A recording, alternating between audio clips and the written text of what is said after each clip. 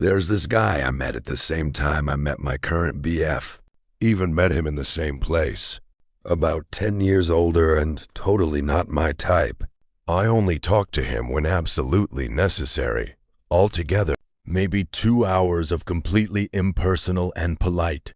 I don't have the guts to tell you to fuck off conversation. Well, my BF and I start dating and that other guy blows it. Follows us to a club, I notice. Freak. Run to the bathroom with a girlfriend. My BF talks to him. Guy starts acting like a 5-year-old. Even cries. We leave. About a month later, I find a creepy love letter in my mail. He had delivered it himself. That creep had followed me to my door and found out where I lived. Fast forward 1 year.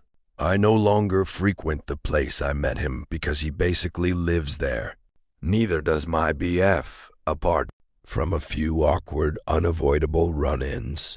In the city, nothing. Until exactly a year after I started dating my BF, I get a card in the mail. Delivered himself, asking me out as if nothing happened and as though we were dating. It was a whole year of nitrogen monoxide contact. I didn't react. We moved. And the summer we did, I started noticing that guy at the mall. First, I thought it was a coincidence. But then a shop owner I know tells me that guy is following me and keeps hiding when I turn around. Not on the F, I tell him the whole story. He promises to inform other owners he knows and call mall security next time he sees the creepo. It's been well over 2 years. I don't want to work as a waitress, even though I desperately need the money, because I know he would find me and sit there all day night watching me. I don't want to work anywhere near the place I met him, which is basically anywhere near city center. I don't go to the mall alone anymore. I don't go to certain supermarkets and cafes because I know he frequents them. I don't even know this guy's last name, and he controls where I go to and where I am cautious, even where we move to. I wish I could leave the city, but I can't. And even if I did, he knows both my first and last name, and I only know his first name and what he looks like. He can find me easily, and it's going to be even easier once I finish university, since I aim for a university teaching position, and they display your info on the internet. They have to, for the students. He could come to my open classes or lectures. He could follow me again. I'm scared.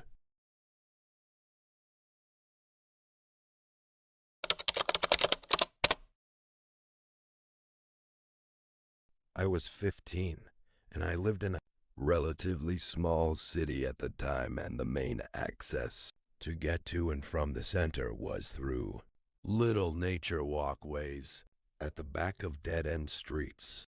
I was walking home and had turned into a dead-end U-bend street with a small school on my right and a few houses on the left.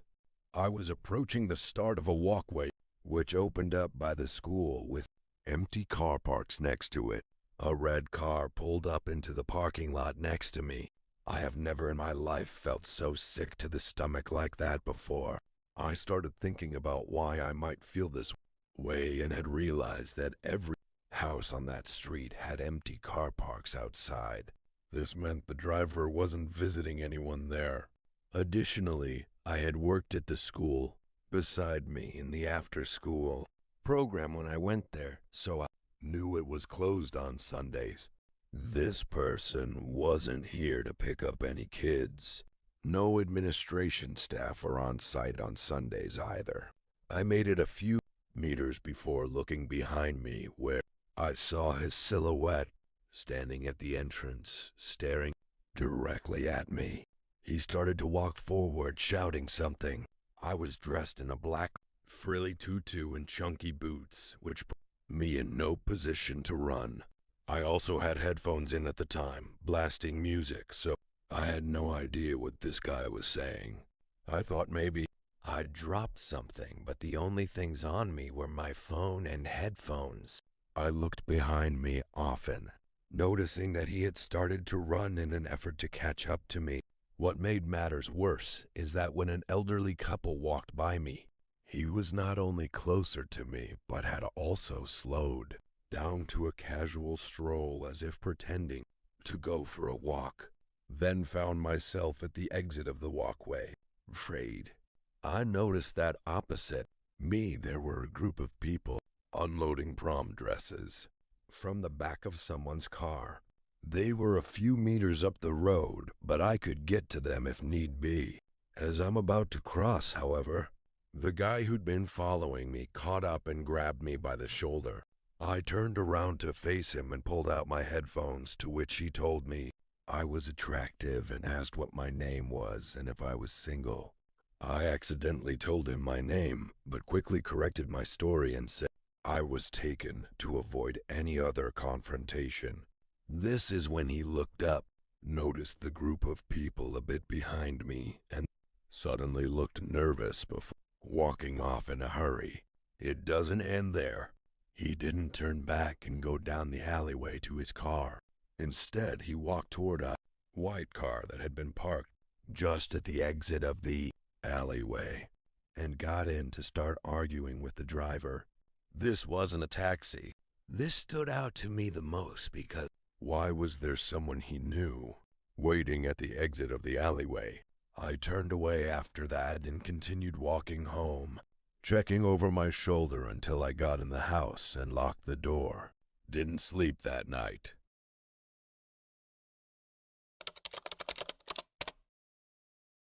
Hi, Vanta. Mine is a long, crazy story that haunts me and still terrifies me to this day. It all started with random gifts in my mailbox. I got my first gift in my mailbox, and it was a t-shirt with the word queen on back and a note what said, "You are my queen, and when you see me, you will know I'm your king."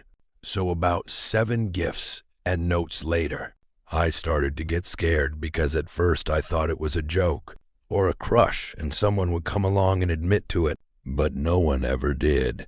Even after, I was scared and begging people to just let me know if it was them to ease my mind. Nobody did. I started feeling very paranoid and got the police involved. Well, to make a very long story short, they caught the guy and found out he was a maintenance man at my apartment who has had trouble with this in the past and keys to my apartment and mailbox. Well, they searched his apartment and found hundreds of pictures of me everywhere, working, walking, to my car, driving, dropping my kids off at school, sleeping in my own bed, my kids, me just doing everyday things. Along with the pictures, they found a room he was trying to soundproof, torturing devices, sex toys, drugs that would keep me awake and coherent, but unable to move. He got arrested for stalking, breaking and entering, and harassment. But after months and months of this, I was terrified of everything. I got alarm systems, restraining order, a gun. Will eventually got out of jail, and the very first day he got out, he sent me a text in great detail of how he was going to rape, kill, and torture me. Needless to say, he got arrested again. It's been years and I still can't be alone.